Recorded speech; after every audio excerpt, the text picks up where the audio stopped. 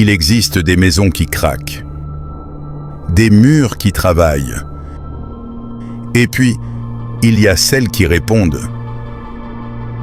Ce que vous allez entendre est une histoire vraie, rapportée à la police, documentée par des rapports officiels.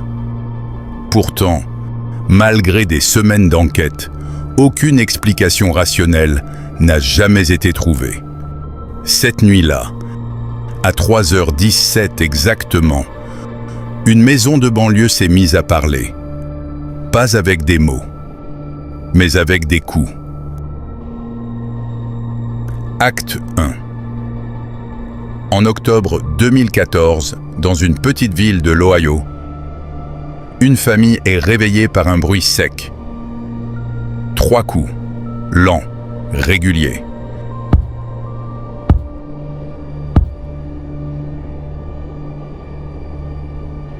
Ils pensent d'abord à la plomberie, puis aux voisins.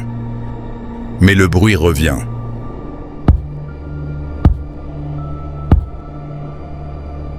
Chaque nuit, toujours à la même heure, 3h17.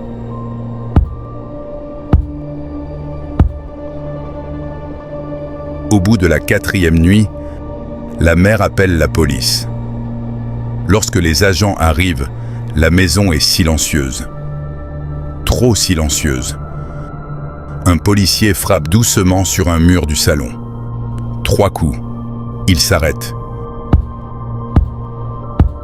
3 coups lui répondent. Pas plus fort, pas plus faible, parfaitement synchronisé.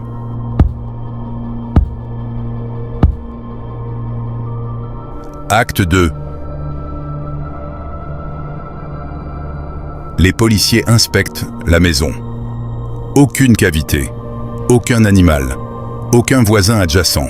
Les murs sont solides, épais. Impossible d'y circuler. Une caméra thermique est utilisée, et c'est là que tout bascule. Sur l'écran apparaissent des formes de chaleur, pas aléatoires, pas animales, des silhouettes humanoïdes. Elles bougent lentement, comme si elles observaient.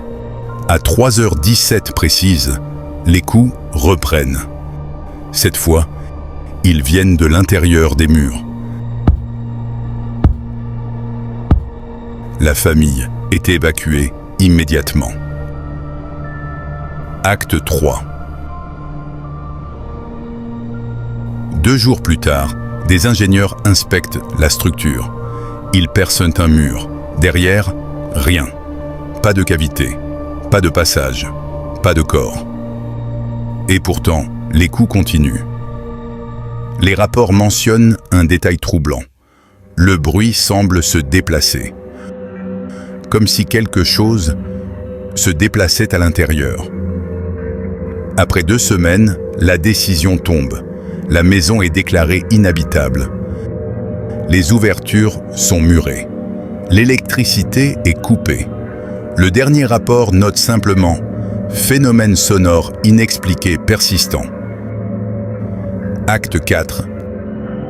La nuit avant la fermeture définitive, un agent reste sur place, seul. Caméra allumée. À 3h17, les coups reviennent. Mais cette fois, ils ne viennent pas des murs. Ils viennent du plafond, puis une voix est captée, faible, presque inaudible. Les bandes officielles n'ont jamais été rendues publiques. Mais l'agent a quitté son poste le lendemain. Il a démissionné sans explication. Il n'est jamais revenu dans cette ville. La maison existe toujours, murée, abandonnée. Les voisins disent qu'à certaines nuits, quand tout est silencieux, on peut encore entendre 3 coups.